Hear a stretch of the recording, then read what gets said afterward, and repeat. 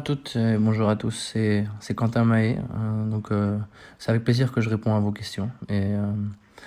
Sur la réponse à la première question, merci, je vais bien. Ce confinement et voilà, cette crise sanitaire personnellement me permet de travailler beaucoup sur ma rééducation du genou, de l'opération que j'ai eue fin novembre 2019. Mes proches vont bien aussi. Ma famille et ma femme et ma fille vont bien. On est ensemble ici en Hongrie depuis le début du confinement. Ici, on a été en quarantaine à partir du 13 mars, il me semble. Et donc depuis, on est ici. Voilà. L'occupation principale, comme je disais, c'est la réduc de mon genou. J'ai pu prendre du matos de la salle de sport et de musculation ici du club, avec des poids, des haltères, tout ce dont tout ce dont j'avais besoin pour continuer ma réduc, pour pouvoir m'organiser et monter une mini salle de musculation dans mon jardin en quelque sorte. Voilà, j'ai le luxe d'avoir un jardin et une terrasse qui permet de faire de la musculation.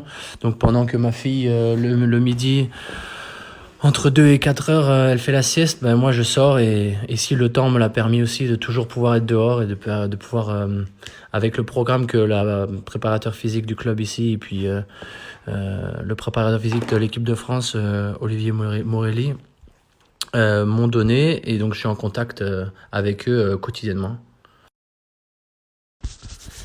Donc comme je disais aussi, ici en Hongrie, comme le confinement n'a pas été aussi strict, nous ça nous a permis toujours de faire des tours de vélo avec ma femme et mettre ma fille sur CHBB derrière, et puis aussi de découvrir un peu la ville. Je trouve que en vélo c'est un peu différent et ça permet aussi de voir les alentours. Donc on s'est beaucoup baladé. Voilà. Je parle d'une quinzaine de kilomètres par jour comme ça en vélo. Le temps nous l'a permis ici, comme je disais, donc ça c'était super sympa. Et puis voilà, j'ai passé énormément de temps je passe encore énormément de temps avec ma fille, à jouer, faire du cerf-volant, être dans le bac à sable, jouer dans une petite piscine, dans notre jardin, faire du skateboard, du vélo, aller au parc. Enfin, c'est très enrichissant cette période-là pour notre relation père-fille, et voilà, je suis très content que ça se fasse. Donc la rééducation, oui, elle suit son cours. J'ai pas eu recours aux soins de kiné, massage, électro, ultrason, T-car, tout ça pendant 1 mois et demi à peu près. Donc ça, je pense que ça a rallongé un peu le temps de ma rééduc. Notamment aussi de bosser tout seul, c'est toujours un peu différent que de bosser dans la salle avec la préparateur physique. Donc là, à ce moment, au jour d'aujourd'hui, je suis à 5 mois et demi post-opération. Et ça va plutôt bien. Ça va plutôt bien, et honnêtement, d'un point de vue très égoïste et très personnel, ce confinement et cette crise sanitaire me permet d'envisager d'aborder la suite avec plus de calme et moins de pression. Certes, ça va être une saison particulière dans de circonstances très particulières. Maintenant, les objectifs sont les mêmes. Le HF veut à tout prix que le Final Four se tienne cette année, donc l'année 2020. Donc voilà. Moi, je me prépare en ce moment pour être prêt pour la nouvelle saison, d'attaquer tout de suite et de pouvoir être performant et pouvoir aider mon équipe. On a un Final Four qui nous attend fin décembre. Ça me rappelle un peu l'époque de Bundesliga où aussi j'avais des matchs le 27, le 28 décembre, pendant une année même le 29. Donc c'est un peu inhumain pour être honnête, mais quand psychologiquement tu t'y prépares, voilà, c'est envisageable, hein. La preuve, c'est que tous les ans, ça se répète. Et c'est là où il y a le plus de personnes et plus d'engouement dans les salles. Donc ouais, c'est une période très particulière. Mais voilà, faut s'y préparer mentalement et physiquement. Parce que parce que voilà, c'est une période de fatigue où on aborde quelques jours après une préparation de championnat d'Europe ou du monde. Donc c'est très spécial et ça va l'être encore plus cette année avec un titre en jeu fin décembre du jamais vu. Donc je savais pas trop vous dire à quoi s'attendre parce que c'est un peu du jamais vu comme je disais. Jamais un titre ne s'est joué comme ça sur une fin de demi-saison en fin décembre juste après les fêtes de Noël.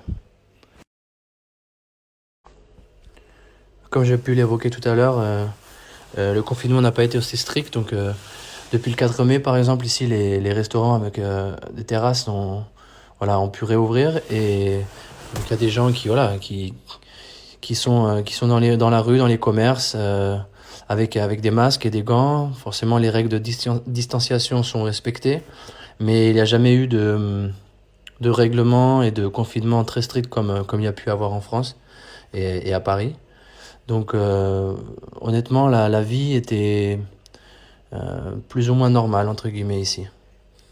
Nous, avec ma famille, on a essayé de se confiner le plus possible pour être aussi, pour serrer pour être, comment dire, servir de modèle aussi en quelque sorte, pour pas trop, voilà, sur les réseaux sociaux aussi s'afficher, montrer qu'on sort de chez soi. On voulait aussi un peu servir comme ça de modèle pour montrer aux gens de rester chez eux et de pouvoir aussi euh, découvrir d'autres choses, d'autres challenges dans la vie quotidienne. Et là, par exemple, depuis hier, la salle de sport et de hand ici, donc la Vesprem Arena, a réouvert ses portes. Donc il y a l'équipe de la réserve qui s'entraîne, des rénovations qui sont faites dans les vestiaires, dans nos vestiaires par exemple, et la salle de muscu aussi qui est rouverte. Donc voilà, elle est, je crois, elle est nettoyée tous les jours. Mais voilà, ça a réouvert, le gouvernement a donné feu vert. Donc moi, personnellement, ça me permet aussi de retravailler sur le terrain, sur une surface qui est plus appropriée pour mon genou que de courir dehors sur le béton. Ça va permettre dans ma réduc de bien avancer et de pouvoir retourner à la salle de sport. J'ai dû rendre aussi le matos que j'avais pris. Et donc voilà, c'est juste pour vous dire que le confinement ici est beaucoup moins strict. Et donc le moment le plus impressionnant honnêtement, il y a 3 moments dans ma carrière qui m'ont beaucoup marqué. C'est le premier titre de champion du monde en 2015 au Qatar. 20 ans après mon père, de pouvoir l'imiter, c'est un rêve de gamin. Je l'ai souvent répété dans des interviews avant ce titre, d'imiter mon père. Ça a toujours été une motivation supplémentaire. Voilà, de le faire 20 ans plus tard, c'était très symbolique et ça restera gravé en moi de longues années. Et donc le deuxième, c'est le quart de finale à Lille contre la Suède. On a bien galéré pendant ce match-là et puis voilà, d'avoir pu apporter autant à l'équipe pendant ce match-là, c'était une grande fierté. Et de gagner devant 28 000 personnes, on se sentait comme des gladiateurs en bas. Enfin, on n'a vraiment pas envie de quitter cette salle, de devoir rentrer dans les vestiaires on avait envie d'éterniser ce moment-là, de partager ça avec le public. C'était un moment inoubliable, vraiment incroyable. On avait l'impression d'être de toutes petites fourmis et d'avoir gagné un combat de gladiateurs juste avant. C'était juste fabuleux, incroyable. Ça restera un grand moment. Puis dernièrement, forcément, c'est le titre après en 2017. En finale à Bercy. 2001, j'étais un gamin, j'avais même pas 10 ans et j'étais tout en haut dans le coin avec mes parents comme un fou.